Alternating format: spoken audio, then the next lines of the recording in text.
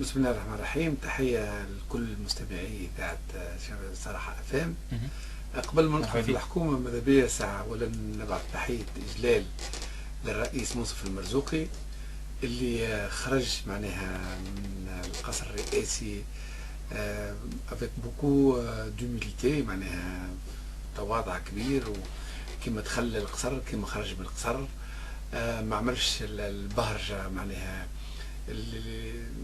معناها جعجعة ولا طحين. هو عمل برشا حاجات طيبة. اخر حاجة نهار الخطاب نتاعو الاخراني اللي عن فيه على حراك شعب المواطنين، واللي عرف كيفاش يخرج بالحنكة نتاعو السياسية من ورطة كانت تدخل البلاد في هاوية، لأنه كان الشعب معناها مش راضي.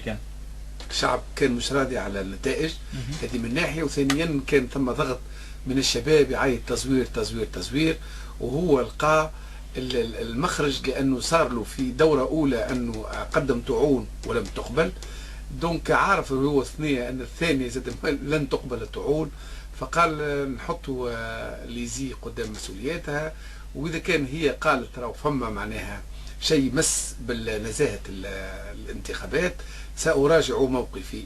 وبعد بردت كاي شوية وسلم السلطة من غير تدخيل البلاد في هاوية، وهذا شيء يحسب له. الحاجة الثانية أن نهنيو سي الباجي قائد السبسي اللي وصفوه البعض وخاصة مناشديه ومنتخبيه بمنقذ الأمة، وإن شاء الله يكون على ذاك. نهنيوه برئاسة الدولة.